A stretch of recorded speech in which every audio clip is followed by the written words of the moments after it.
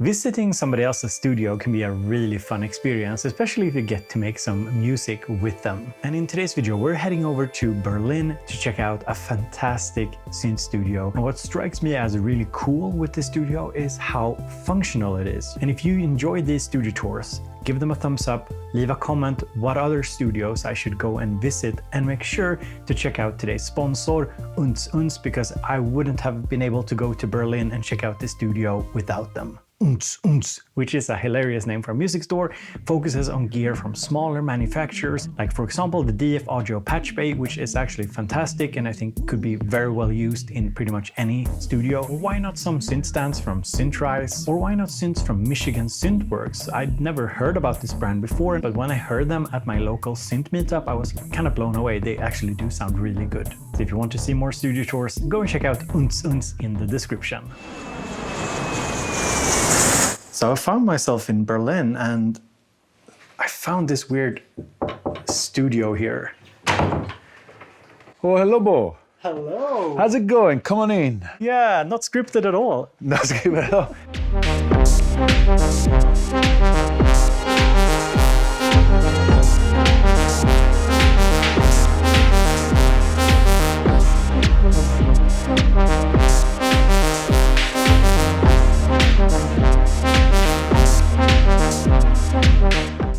So last time I was in your other studio over at Riverside, and now you've moved the studio. I think I saw something online about you like getting rid of some gear, but I'm not really seeing that. Yeah, I lied. You don't believe me, but I simplified things. It's not that I got rid, it's on my other room. That was my wife's office, and now I took over. I simplify in the sense that everything now is connected, and I basically use very few things that became my go-to things that I've always been.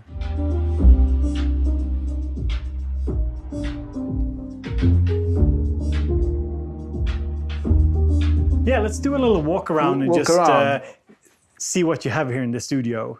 So, I decided to go with a setup for production with a new desk that I got handmade and custom made from Zaur. It's beautiful. Yeah, small thing, and because I also got a new speaker system with key.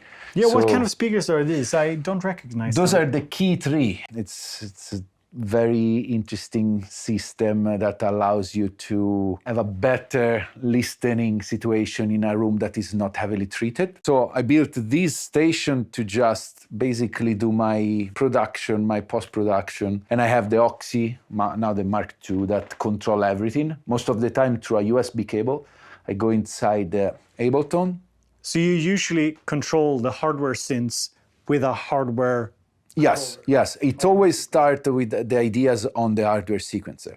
Yeah. Then why is that? Could you elaborate? Why do you want to control the synths using Doxy and not just using Ableton? For me, it's instant conversation between the sequencer and the machine. It's easier for me.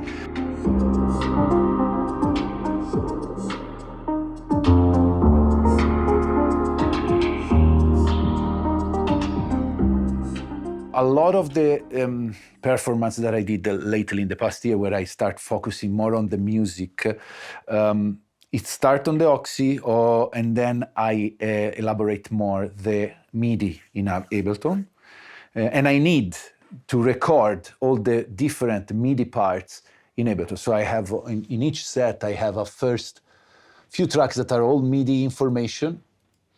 Now we recorded a little jam, and we have everything here.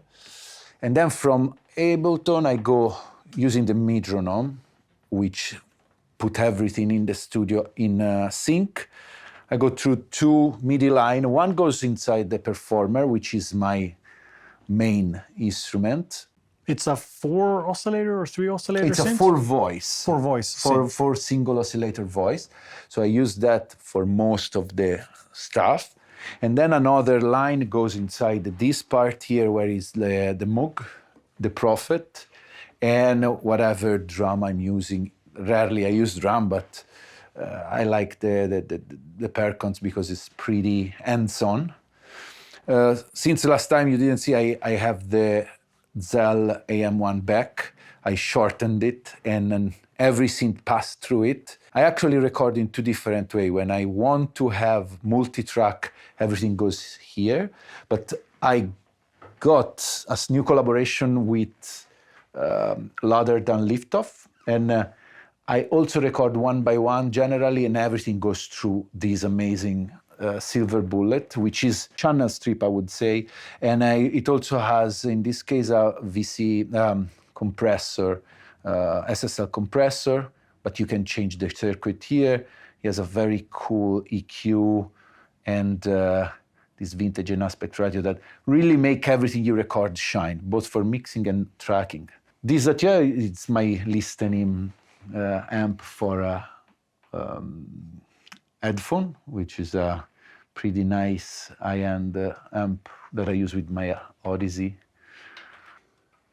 I used to. How do you like them, the headphones? I have these since the beginning of time, and I love them. It's just like my favorite one. And I didn't have a nice speaker system nor a sound treatment, so I heavily rely only on these two, Chord Electronic Alto and the Odyssey, to mix and master. Now that I have a better system, I can rely on both things. But yeah, basically 90% of the things works like that, with few effects that I control. Yeah, you have a couple of Zell. effects down here.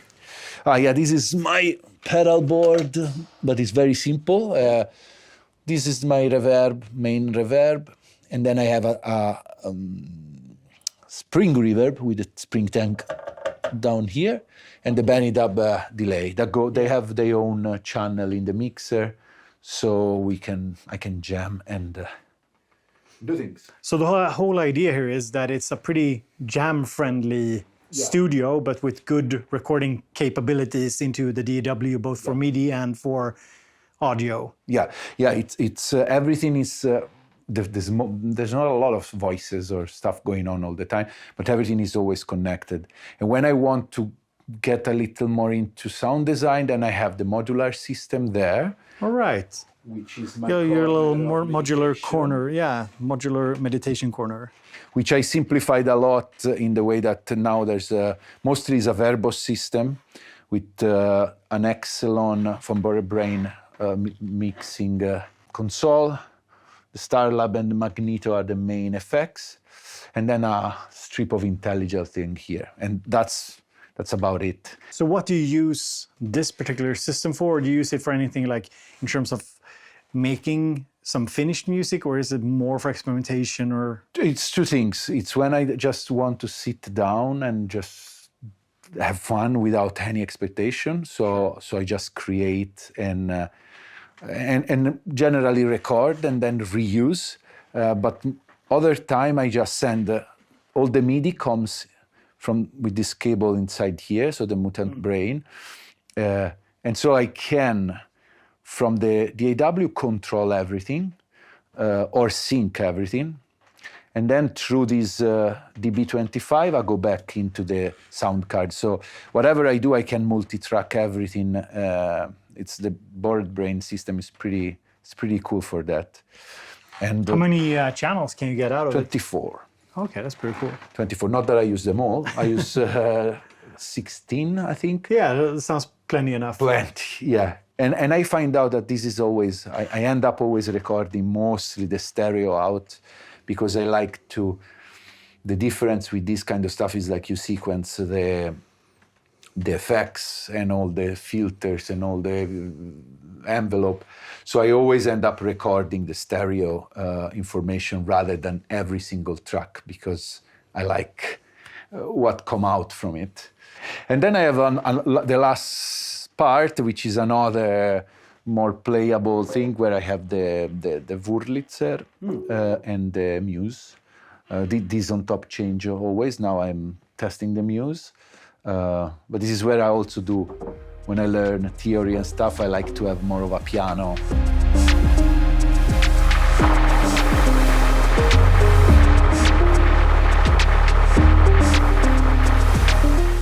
And the acoustic treatment is different from when I visited your studio earlier. So I did one studio tour over in Riverside when you had the studio there. Yeah, and I had zero sound treatment. Yeah. Yeah, it was kind of like a bunker. It was. Yeah. It was And here we terrible. have, is this Kiss Your Ears or? This is Kiss Your Ears, yes. Yeah, they seem really nice. They are. They work really well, and like it changed the room drastically. Like now. And they're not too obtrusive in terms of like destroying the character of the room, because this is a very beautiful. Yeah, like, old Altbau. 18, 19, like early 19th century Yeah. building. So it's beautiful. But the acoustic treatment looks really nice, and they're very thick. I know from watching their ads or their like posts on Instagram that they are very big on making thick absorbers, because these are like almost not really double, but they're definitely a bit deeper than mine, and that really does make a difference. Yeah, I was not skeptic, but when they come here and I put them in, like this room is really resonant. If you do this, you would hear the echo of it. Now it's almost gone. Sadly, I cannot touch the roof because I should have like here a cloud. But yeah, you know, it's you do the best with what you got. Yeah, and the key audio system basically helps a lot on that. I don't really know the technicality of it, but when you listen this one, I fell in love and I had to get one pair. I used to have the 7, the smaller one, but yeah, I went full in and I really love them.